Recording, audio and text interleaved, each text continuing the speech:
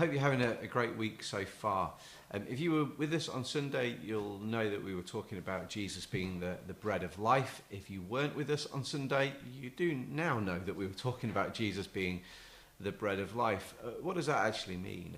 Jesus is basically saying to his hearers and his disciples that he is the source of life. He's not only the giver of life, but he is the very source itself.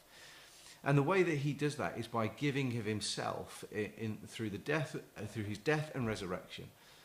And the invitation of Jesus is to feast on him, feast on the good news, feast on the gospel, allow the gospel to shape everything about who you are and what your life is. And so some questions arise from that, really. What are the things that you are looking to give you life? And you might not be conscious of those things, but maybe there are some things in your life that you give greater significance to, that feed this desire for life.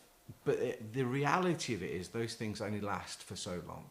So maybe you've focused on career, or you focused on money, or you focused on relationships. You're hoping that somehow those things will feed that which only Jesus can really feed, and that's the internal, the deep longings of the heart to be accepted and valued, really just for who we are. And Jesus is saying, "I am that person. I am the bread of life, who can nourish that desire in you, fulfill that desire in you."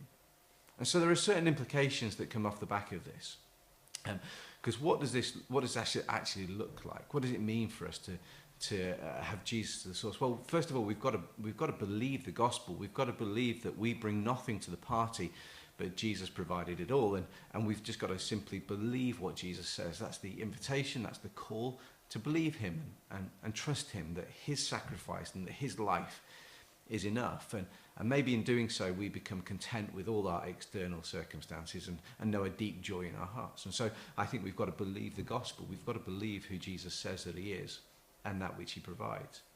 And then I think we've got to dig into his word. I think the only way that we can begin to feast on Jesus is to dig into scripture. And there's a couple of things that you can do to help with this. And I would suggest asking some questions, really, of the text. And so what does the passage say? What do you observe? What does the passage mean?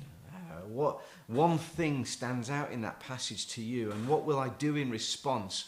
And who can I tell? Those 6 questions that were part of the presentation on Sunday. And if you send an email to the office, we can provide the PowerPoint for you. But